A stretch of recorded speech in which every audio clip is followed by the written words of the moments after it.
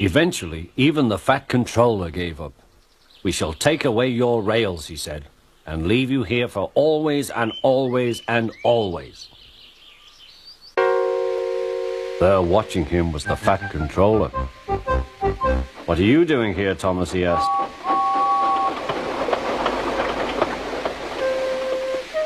"I brought Edward's trucks," Thomas answered. "Why did you come so fast?" "I didn't mean to. I was pushed," said Thomas. "You've got a lot to learn about trucks then, little Thomas.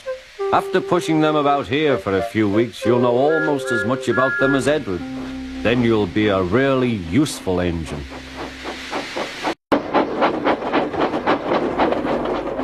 Next morning, the fat controller spoke severely to him.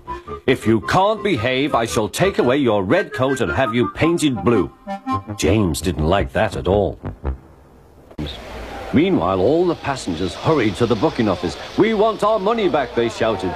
But the fat controller climbed on a trolley and blew the guard's whistle, so loudly that they all stopped to look at him. Then he promised them a new train at once. He climbed up and peered in. Then he came down. "Excuse me, sir. Please look in the tank and tell me what you see." "Certainly, Inspector," replied the fat controller. He clambered up, looked in, and nearly fell off in surprise. "Inspector," he whispered, "can you see fish?" "Gracious goodness me, how did the fish get there, driver?" "We must have fished them from the river with our bucket," replied Thomas's driver. "Well, Thomas, so you and your driver have been fishing, but fish don't suit you. We must get them out." They all took turns at fishing in Thomas's tank, while the fat controller looked on and told them how to do it. He moved slowly forward to jam the table, but he couldn't stop himself and slithered into a ditch. "Ooh!" she hissed. "Get me out! Get me out!" "Not a hope," said his driver and fireman. "You're stuck, you silly great engine. Don't you understand that?" They telephoned the fat controller. So Gordon didn't want to take the special train and ran into a ditch. "What's that you say? The special's waiting? Tell Edward to take it, please. And Gordon?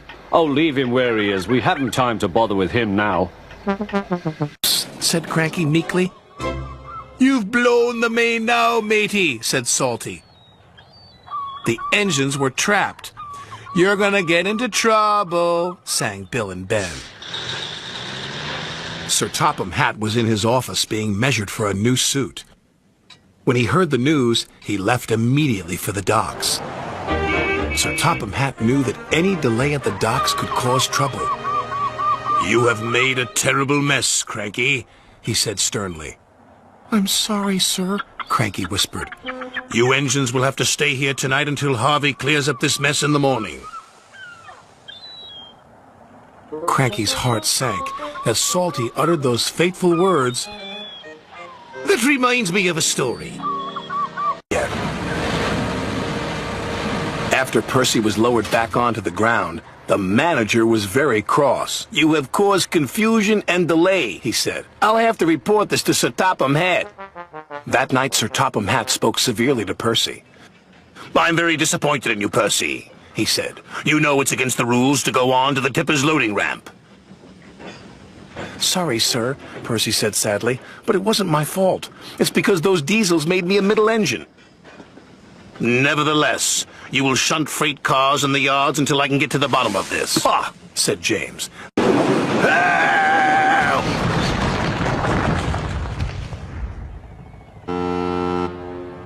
"Grease and oil," Diesel sulked, as the trucks laughed and laughed.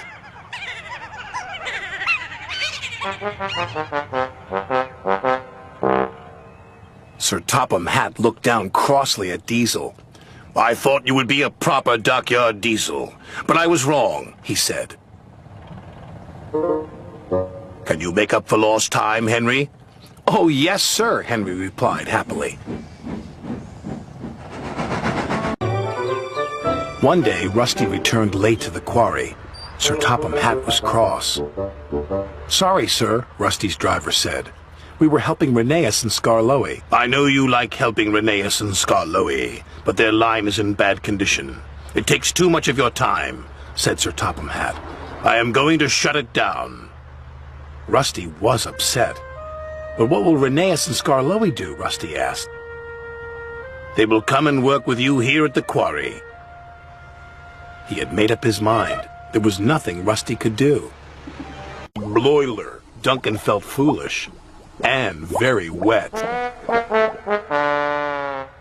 When Sir Topham Hatt arrived, he spoke severely to Duncan. You have not been a responsible engine, he said. Your impatience has caused confusion and delay, and you owe these engines an apology. Sorry, Duncan said to Rusty, Rheneas and Skarloey. Once you have been repaired, Sir Topham Hatt said, you will work the incline until you learn to be patient and careful. Yes, sir, said Duncan. Look at that, laughed a boy. The back engine must be the strongest and the best. Gordon was embarrassed. Sir Topham Hatt spoke severely to Gordon. You have said rude things about Edward. He proved today that he is useful, reliable, and very helpful. Gordon felt very ashamed. To inspect his quarry engines. He found that Mavis and Bill were in fine working order. Unfortunately, Ben, Sir Topham Hatt said, your buffers are damaged. You must report to the engine works immediately for a new set of buffers. Mavis, you will have to work with Bill until Ben returns. Yes, sir, replied Mavis, and Sir Topham Hatt drove away. Sir Topham Hatt say, he groaned. He found out soon enough. Well, Gordon, said Sir Topham Hatt, you wanted to show Salty a thing or two, and you've certainly done that. You've shown him how silly it is to ignore go-slow signs. Sorry, sir, said Gordon, and he let out a sad wheesh of steam. When Sir Topham Hatt arrived and saw Bill's broken buffers, he was not happy. You've behaved badly, Bill, Sir Topham Hatt said. Do you have anything to say for yourself? Yes, sir. I'm sorry, sir, said Bill. Before you get new buffers, Sir Topham Hatt continued, I want you to think about what it means to be a responsible, reliable engine. Yes, sir, answered Bill meekly. We didn't think you were really sick, added Percy. Go back and collect Henry's freight cars, said Sir Topham Hatt sternly. Yes, sir, whispered Thomas. Arthur was upset. His spotless record was ruined.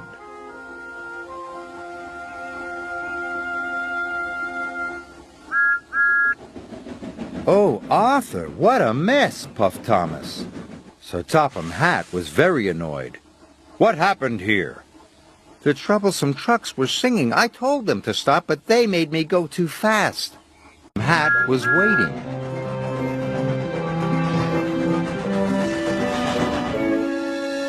Fergus, explain yourself. I ran away. It's scary here. Diesel told... This storm has caused confusion and delay. Remove this tree immediately. Shivering. At last Thomas arrived with Sir Topham Hatt. He was very cross indeed. Whistles are for safety, he told Percy, not for playing games. You must only use your whistle when the time is right. He reminds me of the sea. Thomas's driver telephoned for help. And soon Harvey was clearing the tracks. Thomas wondered what Sir Topham Hatt would say. He found out soon enough. You have caused confusion and delay, said Sir Topham Hatt. You must learn to be more safe. Yes, sir. Sorry, sir, Thomas puffed sadly. But Sir Topham Hatt was very cross. He spoke sternly to Gordon. Why are you fooling around, Gordon? He boomed. You must go quickly, or the children will miss the boat, and that will never do. Yes, sir, said Gordon sadly. Remember, added Sir Topham Hatt, you are the fastest engine on the island.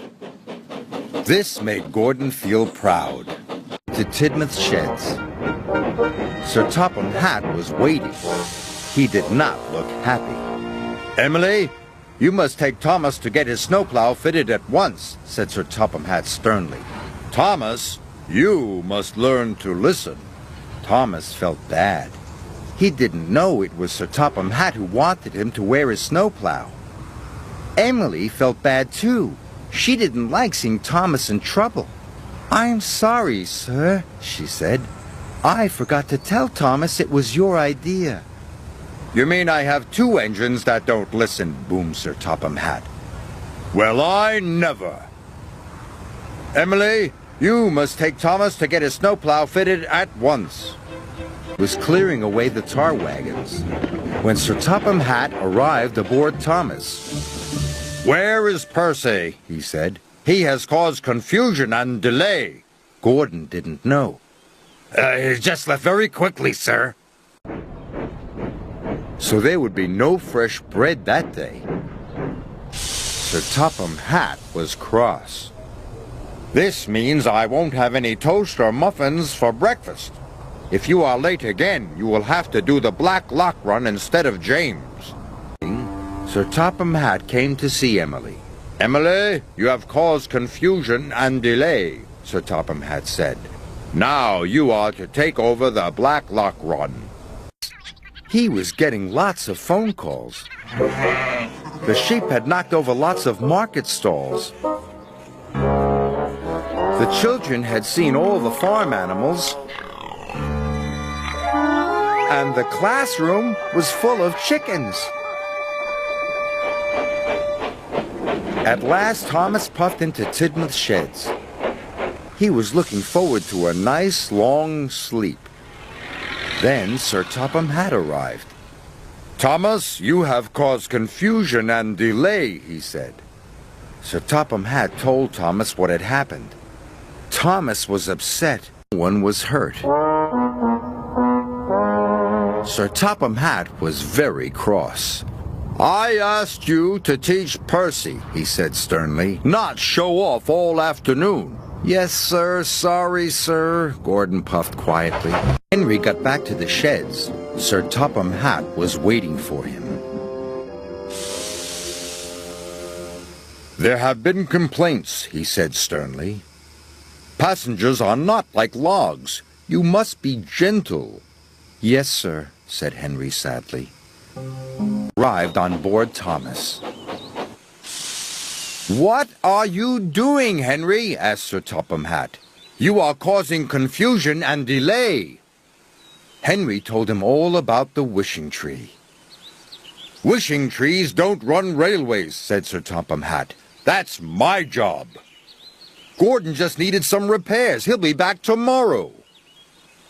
He was very cross. You should have waited, said Sir Topham Hatt sternly. And now you have caused confusion and delay. You left the brake coach, stranded Bertie's passengers, and bumped your coaches. You must learn to be more patient. Emily knew Sir Topham Hatt was right. She felt very bad. She was only trying to be as good as Gordon. I'm sorry, sir, she said sadly. That's no ghost, said Percy. That's Emily. The engines didn't feel scared anymore, but they did feel foolish. Sir Topham Hatt arrived wearing his pajamas. What is all this fuss and bother? He boomed. It has caused confusion and delay. But, sir, cried Thomas, the flatbeds were rattling. And we heard moaning, said Emily. And groaning, added Thomas. Sir Topham Hatt looked at Harry and Bert. Do you know anything about this? He asked sternly. It was us, sir, Bert mumbled. For your punishment, you go back and collect the iron at once, said Sir Topham Hatt. Yes, sir, said Harry and Bert, and they rumbled away.